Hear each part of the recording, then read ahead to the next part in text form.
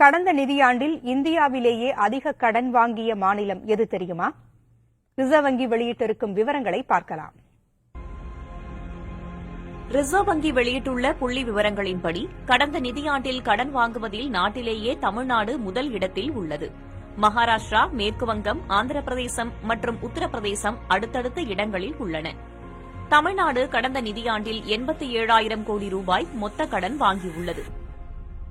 மகாராஷ்டிரா 72,000 கோடி ரூபாய் கடன் வாங்கி இரண்டாவது இடத்தில் உள்ளது. மேற்குவங்க மாநிலம் 63,000 கோடி ரூபாய் கடன் வாங்கி மூன்றாவது இடத்தில் உள்ளதாக ரிசர்வ் வங்கி தெரிவித்துள்ளது. ஆந்திர பிரதேசம் 57,478 கோடி ரூபாய் கடனுடன் நான்காவது இடத்திலும், உத்தரப்பிரதேசம் 55,612 கோடி ரூபாய் கடனுடன் ஐந்தாவது இடத்திலும் உள்ளன. மாநிலங்கள் ரிசர்வ் வங்கி மூலம் சந்தைகளில் இருந்து கடன் பத்திரங்கள் மூலம் நிதி திரட்டுகின்றன. அதற்கான வட்டி சந்தை நிலவரப்படி நிர்ணயிக்கப்படுகிறது. நிதிநிலை வலுவாக இருக்கும் மாநிலங்கள் குறைந்த வட்டியிலும், நிதிநிலை பலவீனமாக உள்ள மாநிலங்கள் அதைவிட அதிக வட்டியிலும் கடன் பெறுகின்றன.